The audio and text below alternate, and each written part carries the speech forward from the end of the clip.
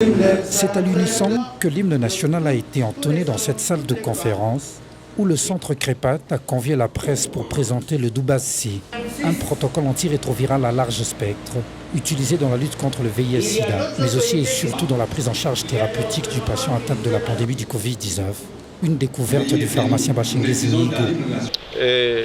Donc, un groupe de molécules de Doubaz-C agit, comme je l'ai dit, en bloquant l'enzyme qui permet au virus, que ce soit pour le VIH que pour le SARS-CoV-2, l'enzyme qui lui permet de se répliquer.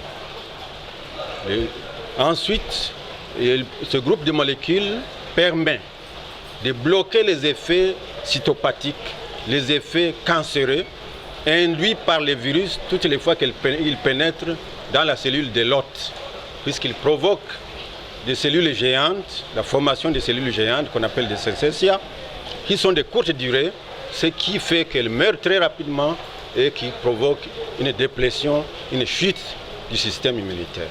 Le pharmacien Bashingé Mihigo, c'est bien cet homme en lunettes et veste à chemise rayée.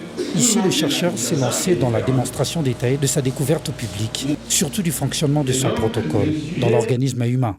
Avec Doubaz-C, les symptômes, les signes qui accompagnent la maladie disparaissent en l'espace de 24 à 48 heures.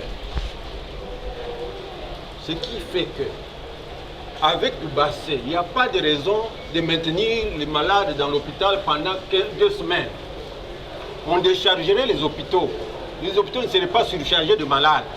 En l'espace de 24 heures, 48 heures, les symptômes tombent.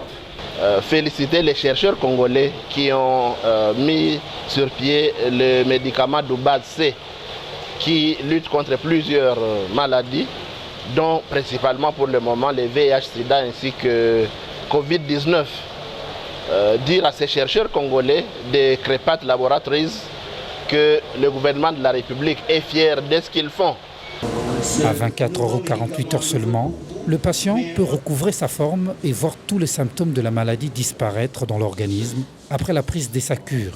Une recherche initiée il y a plus de 30 années, ce protocole a subi de tests expérimentaux auprès de 60 patients atteints du Covid-19 avec un succès impressionnant.